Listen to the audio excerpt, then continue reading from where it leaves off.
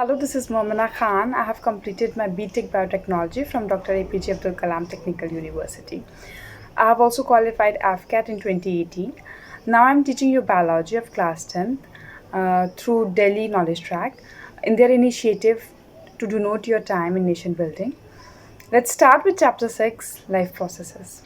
So when it's come about the question that what is alive and what is death or not alive, so we see the certain things from our childhood. For example, we see dog running, so we say that dog is alive. But when dog is sleeping, what we will say, but whether it is alive or not, so of course we will say alive. When we are talking about plants and animals, plants do not show any movement which is visible to our eyes, but still the plants are alive. Some of you will say because it is green in color, but there are certain plants which are not green in color. So अभी हम ये सारे questions को देखते हैं and समझने की कोशिश करते हैं कि क्या ऐसी चीज़ है हम सब में जो हमें अलाइव करती है. तो अगर हम साइंटिफिक टर्म से बात करें तो that is molecular movement. Yes, molecular movement is necessary for life, but the exception is virus, coronavirus. Okay, so what is the exception in this? कि जब भी वो नॉन लिविंग थिंग्स पे होगा तो वो आपको लाइव नहीं दिखेगा, आपको मतलब वो कोई मॉलिक्यूलर मूवमेंट शो नहीं करेगा. ठीक है, अब क्वेश्चन अराइज होता है why molecular movement need for life. क्यों हमें मॉलिक्यूलर मूवमेंट चाहिए लाइफ के लिए. सो उसके लिए मैं आपको एक ऑर्गेनाइज स्ट्रक्चर बताना चाहूँगी कि हमारी बॉडी में ऑर्गन्स होते हैं, मतलब हमारी बॉडी ऑर्गन्स से बनती है, ऑर्गन्स टिश्यू से बनते हैं, टिश्यू सेल से बनते हैं, और सेल्स के अंदर स्मॉल स्मॉल कंपोनेंट होते हैं. अब because of the effect of the environment the order break down. ठीक है, ये जो ऑर्डर है ये ऑर्गेनाइज स्ट्रक्चर है, ये टूट सकता है. ठीक है, और इस जैसे ही ये टूटेगा हम क्या करेंगे, डेथ हो जाएगी हमारी. तो हमें क्या करना रहता है, हमारी बॉडी क्या करती है, रिपेयर करती है, मेंटेन करती है. ठीक है, बार बार हम जिंदा रहने के लिए बार बार हमारी बॉडी इन सारी इस ऑर्गेनाइज स्ट्रक्चर को मेंटेन करती रहती है, उसको रिपेयर करती है जहाँ कोई दिक्कत होती है. ठीक है, तो इसी वजह से,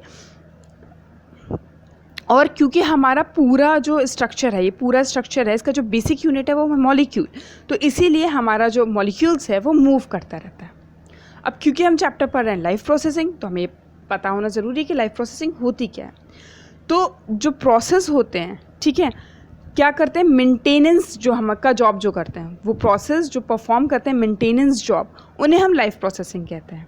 ठीक है, अब लाइफ प्रोसेसिंग के लिए हमें एनर्जी चाहिए होती है और वो एनर्जी हमें बाहर से मिलती है. ठीक, तो अगर हम बाहर की एनर्जी लाइक फूड को ट्रांसफ़र करते हैं इनसाइड, तो उस प्रोसेस को हम न्यूट्रिशन कहते हैं, और न्यूट्रिशन एक क्या है, लाइफ प्रोसेसेस है. उसी तरीके से रेस्पिरेशन की बात करते हैं.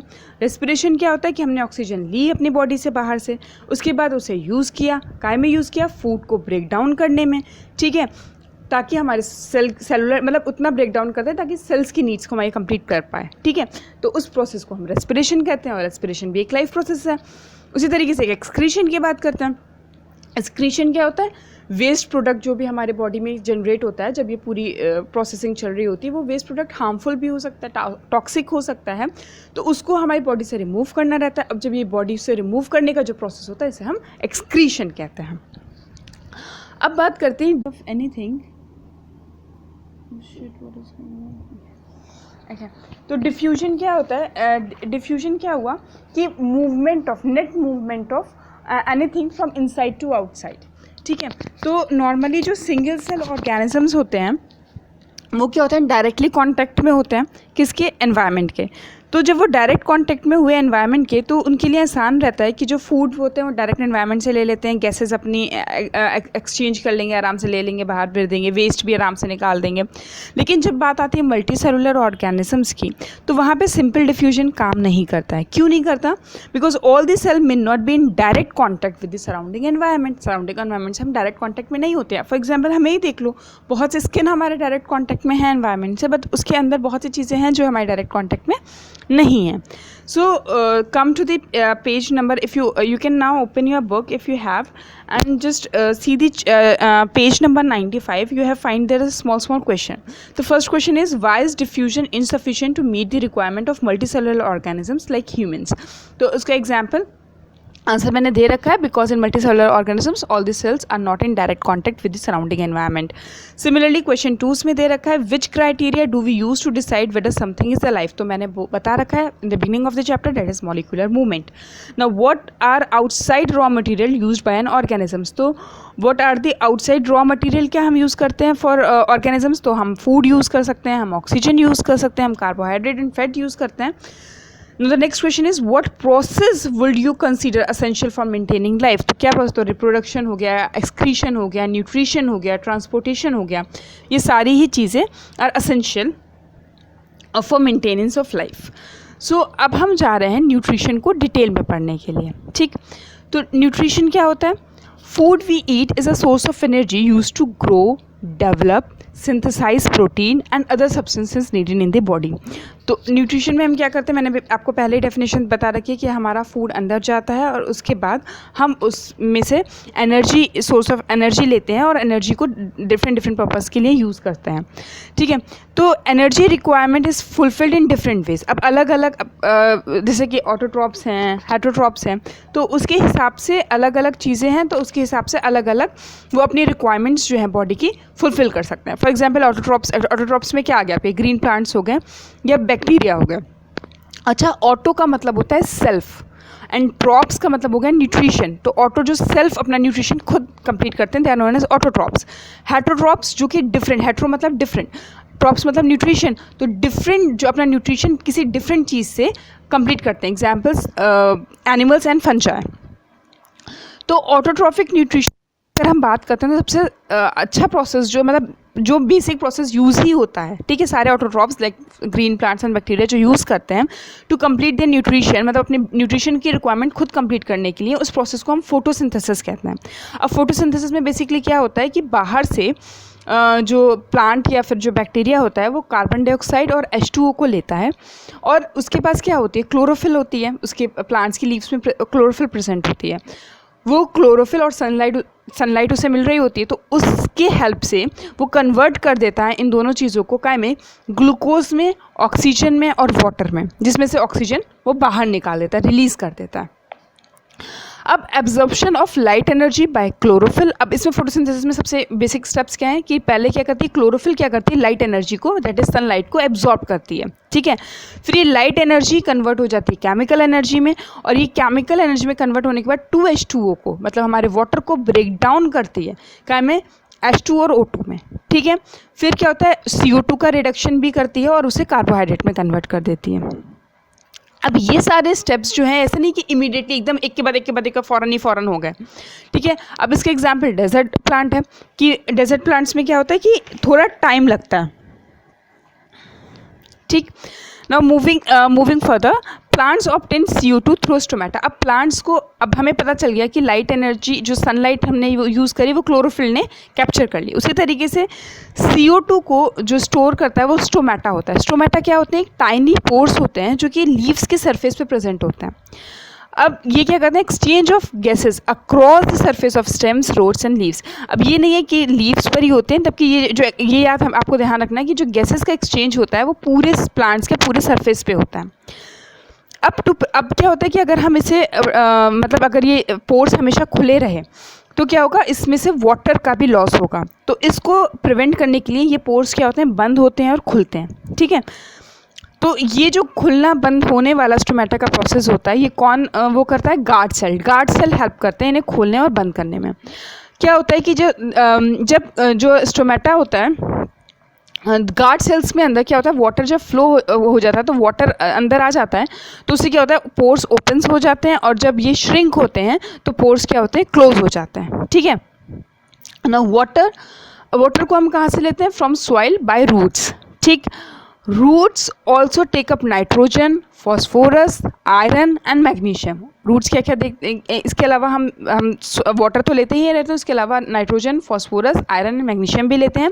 और नाइट्रोजन जो है वो एक बहुत असेंशियल एलिमेंट है, बहुत इंपॉर्टेंट एलिमेंट है।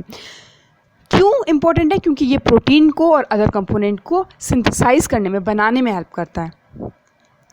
अब हम जो नाइट्रोजन है वो दो तरीके से ले सकते हैं। एक तरीका क्या होता है कि हम इनऑर्गेनिक नाइट्रेट्स या नाइट्राइट्स को अंदर लेते हैं और वो हमारे नाइट्रोजन में कन्वर्ट हो जाता है। दूसरा क्या है कि ऑर्गेनिक कंपाउंड जो होता है वो बैक्टीरिया प्रेजेंट करता है, ठीक है। क्या कैसे एटमॉस्फेरिक नाइट्रोजन को लेकर वो एक ऑर्गेनिक कंपाउंड प्रेजेंट करता है और उसके ज़रिए हम वो कंपाउंड लेकर हम नाइट्रोजन प्रोड्यूस करते हैं। तो अब हम ये बात थी ऑटोट्रॉफिक, मतलब जो अपना न्यूट्रिशन खुद बनाते हैं। अब हम बात करते हैं हेट्रोट्रॉफिक न्यूट्रिशन की। तो some break down the food material outside the body and then absorb it. अब हेट्रोट्रॉफिक में क्या होता है, बाहर आपने फूड मटेरियल को बाहर तोड़ा और उसके बाद फिर एब्जॉर्ब लिया, मतलब आपने अपने अंदर खाना नहीं बनाया, आपने बाहर से बना खाया लिया और उसके बाद उसे तोड़ा। उसका एग्जाम्पल क्या हुआ, फंजाई, ब्रेड मोल्स हो गए, यीस्ट हो गए, मशरूम्स हो गए, ठीक है। अब उसमें से कुछ लोग क्या करते हैं, पूरा मटेरियल, अपना पूरा फूड मटेरियल लिया, उसे अंदर तोड़ा, जैसे कि कॉ और लॉइन हो गए, ठीक है। और कुछ क्या करते हैं कि बाहर ही तोड़ देते हैं और बाद में एब्जॉर्ब करते हैं, एग्जाम्पल फंजाई। और कुछ क्या करते हैं, पूरा ले लेते हैं फिर तोड़ते हैं।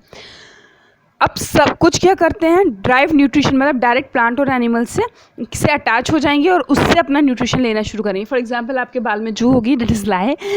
तो लाइस क्या करती है कि आपका जो ब्लड है उसे सक करती है। तो ब्लड में क्या है, न्यूट्रिशन है, तो डायरेक्टली वो बना बनाया खाना खा लेती है, ठीक। अब डिफरेंट वेज होते हैं एंड डिफरेंट डाइजेस्टिव सिस्टम को हम पढ़ने जा रहे हैं।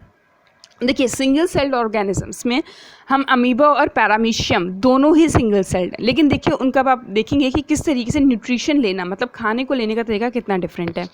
अब यहाँ आपको एक डायग्राम दिख रहा है जिसमें अमीबा क्या कर रहा है कि अमीबा है, उसे फूड पार्टिकल दिखा, उसके बाद उसने सीडोफोडिया, इस तरीके से ये किसी भी इरेगुलर शेप में आ सकता है, इसीलिए इसका जो मूवमेंट जो होता है इसे हम सीडोपोडिया कहते हैं। सीडो मतलब फॉल्स एंड पोडिया मतलब फीट। तो ये फॉल्स फीट से क्या करेगा, इस फूड पार्टिकल को कैप्चर करेगा, उसके बाद उसे अपने अंदर ले लेगा और वहाँ एक फूड वैक्यूल बनेगा और उसके बाद यहाँ पे ब्रेक डाउन होकर उसे गायब हो जाएगा, वो नॉर्मल पोजीशन में आ गया। लेकिन अगर हम बात पैरामीशियम की करें, ठीक है, तो पैरामीशियम का क्या होता है, एक डेफिनेट शेप होता है, उसका इरेगुलर शेप नहीं होता अमीबा की तरह कि कुछ भी बन जाएगा, वो एक स्लीपर की तरह होता है, यू कैन से, ठीक है। तो उसमें क्या होता है, food is taken in a specific spot पे ही फूड को जाना चाहिए। अब क्या करते हैं, उसके आसपास क्या होते हैं, बाल तरीके, जैसे हेयर्स होते हैं ना, इस तरीके से होते हैं, उन्हें हम सीलिया बोलते हैं। तो ये सीलिया का क्या करते हैं, उस फूड को एंटायरली सरफेस को कवर करते हैं और उस फूड स्पॉट पे जाके उसे देते हैं, वहाँ से वो ब्रेक डाउन करके लेता है।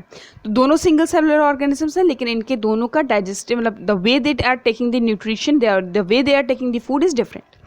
अब हम बात करते हैं न्यूट्रिशन इन ह्यूमन बॉडी। वैसे तो ये एक डिटेल में है, मैं इसे एक नेक्स्ट वीडियो में भी कवर करूँगी, बट यहाँ मैं एक जनरल आपको एक प्रोसेस बताती हूँ। नॉर्मली हम क्या करते हैं कि हमारा फूड जो होता है क्रश होता है, क्रश दी फूड इनटू, हम तीत से उसे चबाते हैं, ठीक है। फिर हमने देखा होगा हमारे माउथ में सलाइवा भी प्रेजेंट होता है। सलाइवा जो होता है उसके अंदर एंजाइम्स होती हैं जिसे हम बोलते हैं सलाइवरी एमिलेज, ठीक है। ये क्या करती है, जो हमारा खाना होता है उसमें स्टार्च होता है, उसे तोड़कर शुगर में कन्वर्ट कर देती है। अब यहाँ हमारे माउथ से क्या होता है, फूड जो होता है स्टमक में जाता है, और स्टमक में किसके ज़रिए जाता है, फूड पाइप को हम एसोफेगस भी बोलते हैं, ठीक है। अब स्टमक में जैसे ही खाना एंटर होगा तो ये बड़ा सा हो जाएगा, ठीक है।